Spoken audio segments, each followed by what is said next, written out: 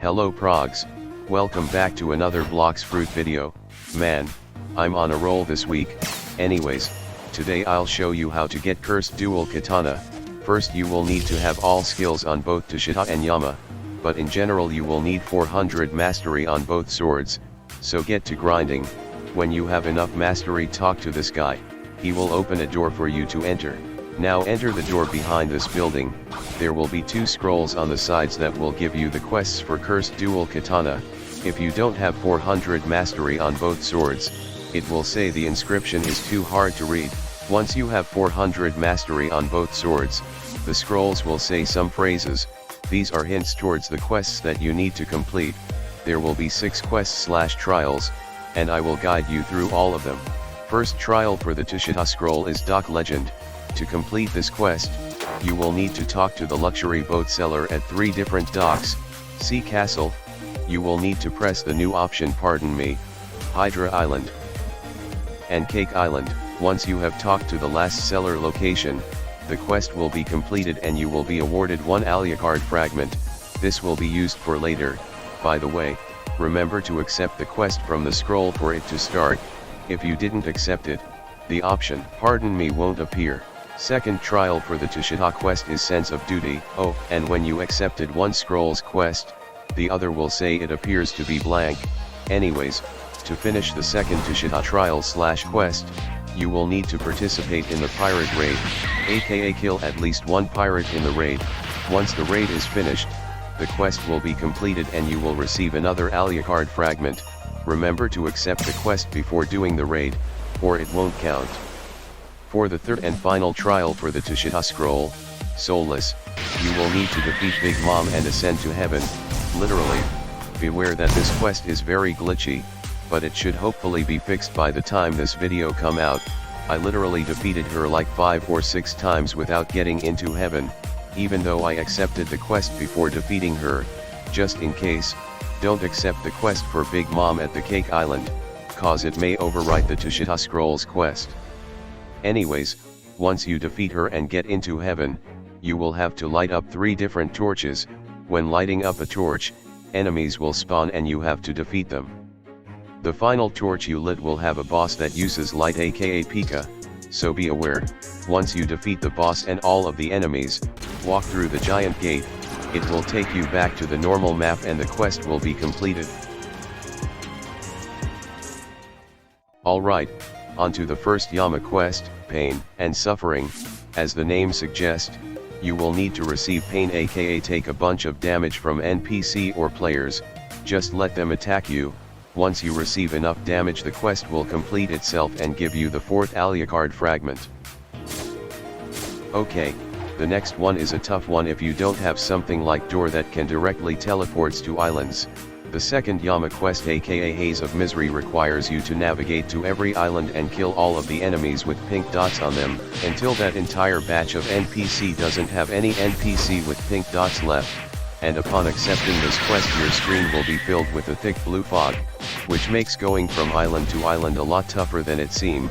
I'll give you some tips that can help you navigate if you don't know the direction of the islands, and don't worry about dying, the quest will still be active after death. So first, I checked and killed the NPC around Floating Turtle Island. After that I went to Hydra Island via the portals linked with Sea Castle, and killed all the pink dotted NPC on Hydra Island. Don't forget about the hidden spot behind the waterfall on this island. Next I go straight from this dock behind the arena on Hydra to get to the Great Tree Island. When you finished killing NPC on Great Tree Island, look at this tree right here and just go straight. You will arrive at the Cake Islands.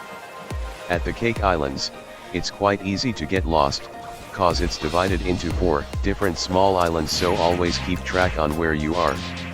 After finishing with the 4 Cake Islands, teleport back to Sea Castle and go back to Hydra Island. And from this ledge near the second dock, go straight, you will arrive at Port Town.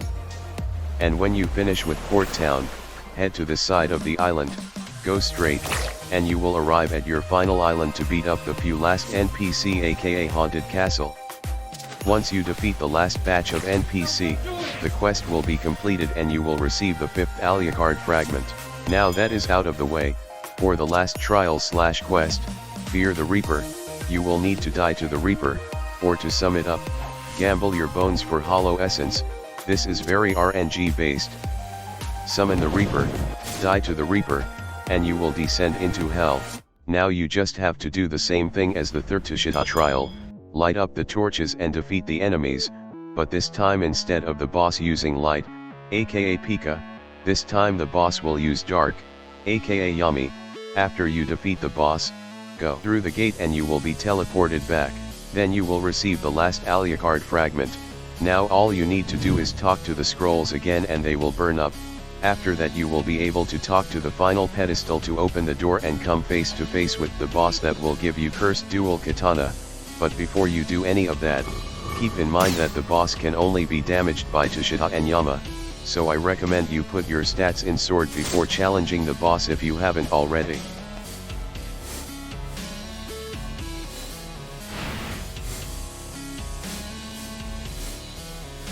Once you defeat the boss, you will obtain Cursed Dual Katana. Skeletons will spawn, but you can ignore them since you don't have to kill them for anything. Now let's move on to the showcase. First is the click. In total it will deals a pretty good amount of damage. The last hit will knock the opponent back a bit, and it has a pretty cool slashing effect. Not much to say honestly. Next is the Z move, aka Revolving Ravager. The user summon a black and red tornado and launch it forwards. Enemies caught in the tornado will be dragged along and receive a pretty good amount of damage. This move can be dodged by Ken, however, the user can hold this move down and make the tornado circles around the user for a while before launching it forward. Enemies caught in the tornado in this state will receive additional damage plus the original damage when the tornado explodes. Lastly is the X move, Slayer of Goliath. The user do a backflip then charge forwards with insane speed. The first enemy hit with this move will explode and receive a large amount of damage a few seconds after being charged through, knocking them backwards. This move can ignore / break Ken Haki, and you can hold this move down to do a stronger version of it. Similar to God Human C move, there will be a ding to indicate this. The longer you hold the further you will charge forward. Well, to be honest, I think this is the new Rengoku Sword of Update 17 Part 3.